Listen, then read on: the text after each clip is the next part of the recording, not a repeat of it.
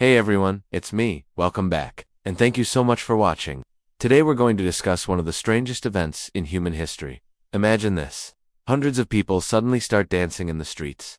No music, no joy, just non-stop dancing. For days, some elapsed, some broke bones, some even died, and no one knows why. Well, this actually happened, and it's one of many unsolved mysteries throughout history that have never been explained. In July 1518, in Strasbourg, a city in what is now France, a woman stepped into the street and began to dance. She didn't stop. After hours, she was still moving. By the end of the week, over 30 people had joined her, then 100, then 400.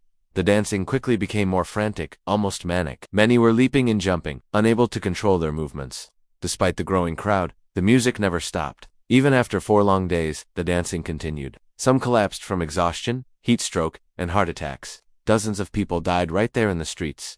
People were horrified and confused. Why were these otherwise healthy people dancing uncontrollably until they dropped dead? They didn't know it at the time, but they were suffering from an unknown medical condition that would later become known as the dancing plague. So how did this happen? Well, there are 3 leading theories. First, mass hysteria or psychogenic illness. This is when a person or a group of people experience a psychological issue that affects their behavior. One person starts experiencing symptoms, and then it spreads to others around them. No one knows exactly how this happens, but it's definitely a thing. You may have heard of it happening before in places like Salem during the witch trials. Second, ergot poisoning. This is when someone eats bread that's been contaminated with a hallucinogenic mold called ergot. The mold produces chemicals similar to LSD, and if you ate enough of it, you would be hallucinating in no time. Not only does it cause strange visions, it can also make you dance uncontrollably. In fact, the symptoms of ergot poisoning are so similar to schizophrenia that doctors used to use it as a way to diagnose the illness. Third, religious trance. This is when a person falls into a state of altered consciousness often caused by fear, stress, and spiritual panic. The person becomes overcome with emotion and may dance, jump, or thrash about.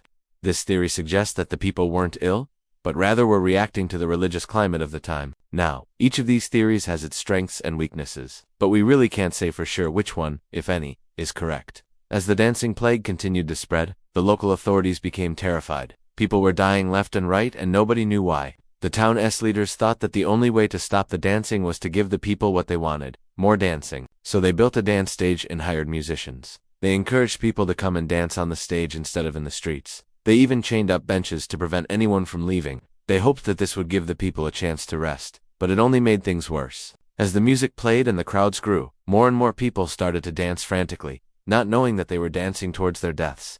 After nearly a month, the dancing finally stopped. Over 4,000 people had been afflicted with the plague, with hundreds more dying each day. The entire town was exhausted and traumatized. The event became known as St. Vitus's dance, after the saint whose help they had called upon. But the truth is, even today, no one fully understands what caused the dancing plague. Some historians believe it was a combination of all 3 theories: mass hysteria, ergotism, and religious trance. After all, people rarely act rationally when they're tired, hungry, and scared. But one thing is for sure. The dancing plague of 1518 is one of the weirdest, most disturbing events in history. It reminds us that even in history, not everything has a logical explanation. Human minds and bodies can react in terrifying ways to stress, fear, and trauma.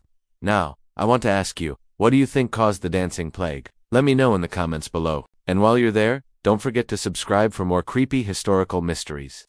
And if you enjoyed this video, be sure to check out this one next.